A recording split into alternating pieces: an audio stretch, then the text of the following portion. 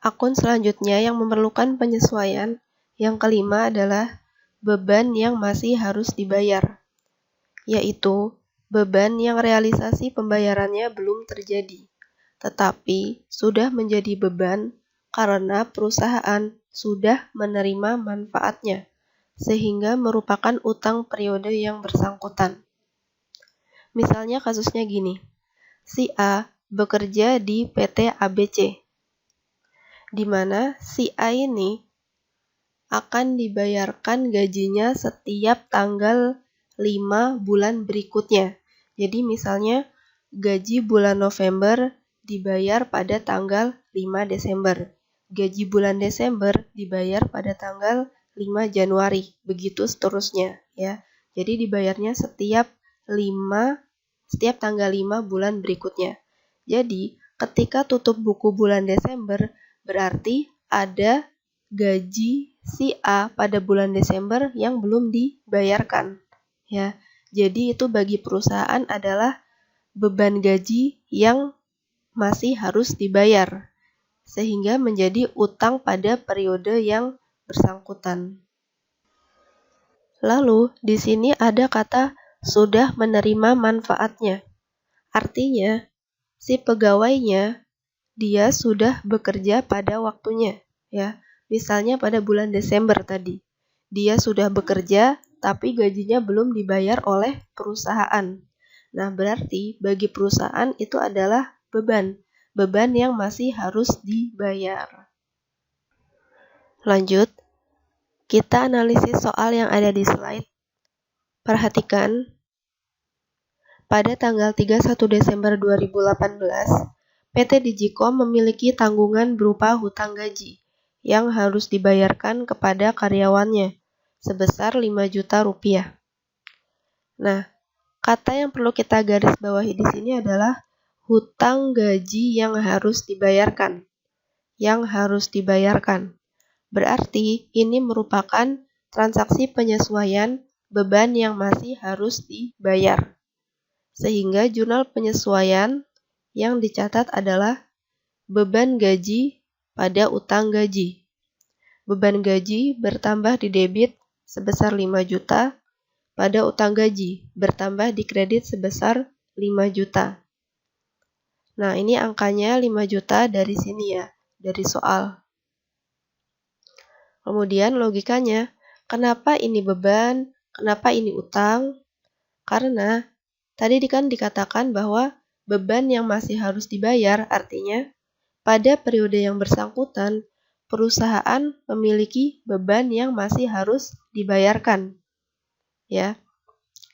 Sehingga artinya kan perusahaan ini belum membayar bebannya. Nah, karena belum membayar, makanya ini dinamakan dengan utang. Jadi, bebannya bertambah, utangnya pun juga bertambah.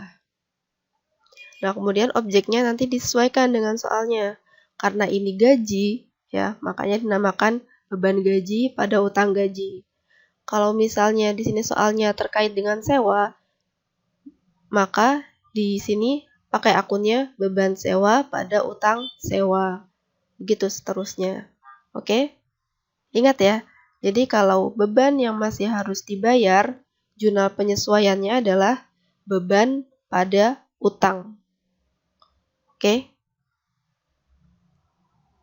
Selanjutnya, kita coba bahas contoh soal yang ada di buku paket. Masih di halaman 238. Kita lihat di soal yang ketiga dari bawah. Perhatikan, masih harus dibayar gaji pegawai 12 juta rupiah. Nah, yang perlu kita garis bawahi di sini adalah masih harus dibayar gaji. Ya, masih harus dibayar. Berarti ini merupakan data penyesuaian beban yang masih harus dibayar. Jadi jurnal penyesuaiannya gimana? Masih ingat nggak? Nah, jadi jurnal penyesuaiannya seperti ini. Beban gaji pada utang gaji. Beban gaji bertambah di debit sebesar 12 juta, pada utang gaji bertambah di kredit sebesar 12 juta. Nah, ini 12 juta dari soalnya ya, langsung. Nah, beban gaji pada utang gaji. Nah, coba lihat di buku paketnya ya. Ini agak beda akunnya.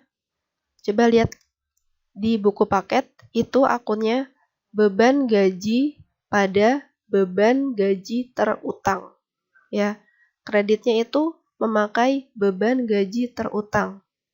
Nah, ingat ya, itu sama ya, antara utang gaji dengan beban gaji terutang. Ya, jadi sama artinya. Jadi kalian pakai salah satunya saja, ya. Mau pakai utang gaji atau beban gaji terutang. Nah, gitu ya. Jadi ingat, beban yang masih harus dibayar, jurnal penyesuaiannya, beban titik-titik-titik di debit pada utang titik-titik-titik di kredit atau beban terutang, ya. Jadi di kreditnya kalian bisa pakai salah satunya saja. Boleh utang titik-titik-titik atau beban terutang. Oke? Semoga bisa dipahami ya teman-teman. Masih semangat? Harus dong, tetap semangat.